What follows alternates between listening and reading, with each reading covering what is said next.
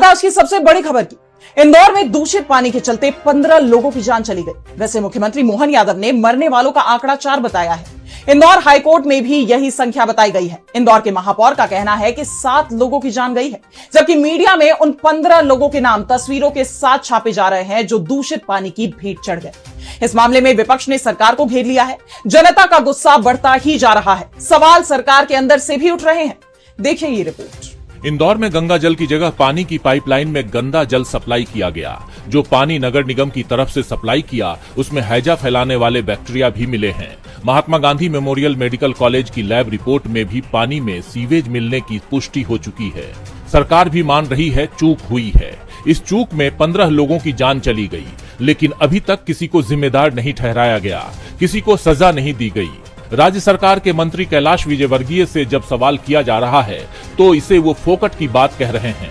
हंसते हुए उनके वीडियो वायरल हो रहे हैं। सवाल उठ रहे हैं कि जब 15 घरों में मातम है तो मंत्री के चेहरे पर हंसी कैसे आ सकती है। सबसे बड़ी बात तो यह है कि भागीरथपुरा, जहां दूषित पानी से लोगों की जान गई, वहां के विधायक कैलाश विजयवर्गीय ही हैं। कोर्ट ने इंदौर कलेक्टर शिवम वर्मा और नगर निगम आयुक्त दिलीप कुमार यादव को नोटिस जारी किए हैं।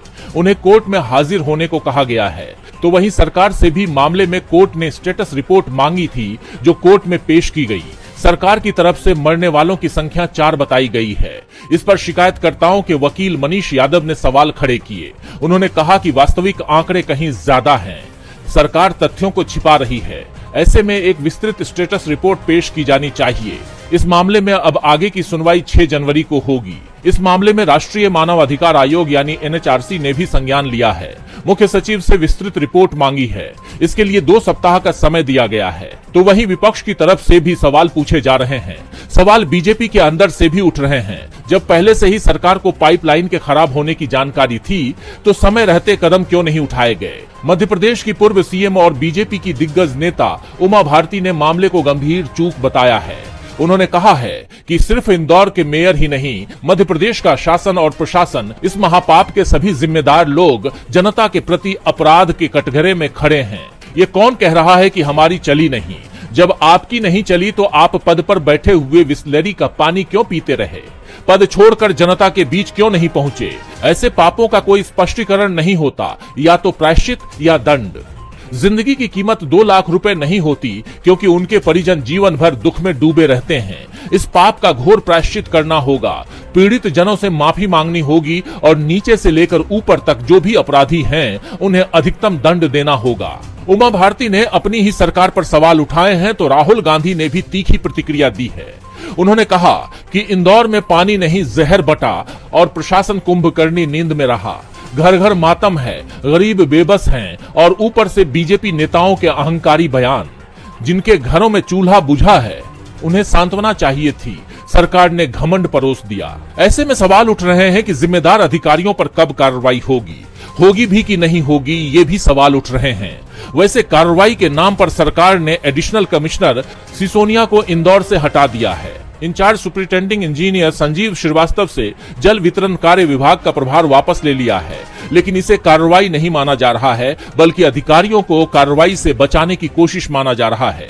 सवाल ये उठ रहे हैं कि सीवर का पानी पीने के पानी में कैसे पहुंचा, और जब इसकी शिकायत हुई तो सप्लाई बंद क्यों नहीं हुई। ये सवाल फोकट के सवाल नहीं है, इसके जवाब जनता मांग रही है। इंदौर मामले में बीजेपी सरकार बुरी तरह से फंस गई है, तो दूसरी तरफ पश्चिम बंगाल में टीएमसी के दांव में चुनाव आयोग फंस गया है। राज्य में चुनाव आयोग की भूमिका पर पहले से ही सवाल उठ रहे हैं। अब टीएमसी महासचिव अभिषेक बनर्जी ने चुनाव आयोग पर तीखा हमला बोला है। तो क्या कुछ कहा है टीएमसी सांसद ने, देखिए इस रिपोर्ट में। पश्चिम बंगाल में विधानसभा चुनाव के लिए टीएमसी अब पूरे जोर शोर के साथ मैदान में उतर गई है। सीएम ममता बनर्जी के भतीजे और टीएमसी सांसद अभिषेक बनर्जी ने अपनी बंगाल यात्रा के साथ पार्टी के इलेक्शन कैंपेन की शुरुआत कर दी है। यात्रा के पहले दिन ही अभिषेक बनर्जी पूरे दमखम के साथ नजर आए। उन्होंने बीजेपी और चुनाव आयोग पर जमकर निशाना साधा और सीधा मुख्य चुनाव आयुक्त ज्ञानेश कुमार को चुनौती दे दी। उन्होंने एसआईआर को लेकर कहा कि तैयार रहो, टीएमसी तैयार है, हम दिल्ली आ रहे हैं। एसआईआर से बंगाल के लोगों के अधिकार को छीनने की कोशिश की जा रही है।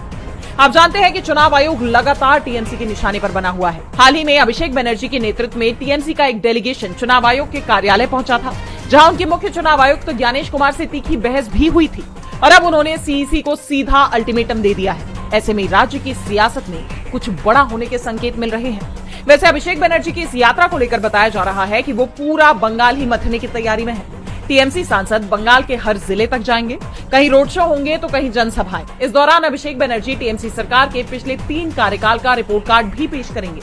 उनका फोकस बांग्ला संस्कृति, भाषा और पहचान की रक्षा जैसे मुद्दों पर रहेगा।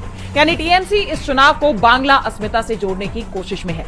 इस दौरान अभिषेक बनर्जी हर क्षेत्र में पार्टी की स्थिति का भी आकलन करेंगे। एंटी इनकम्बेंसी फैक्टर को ध्यान में रखते हुए टिकटों के बंटवारे पर फैसला किया जाएगा।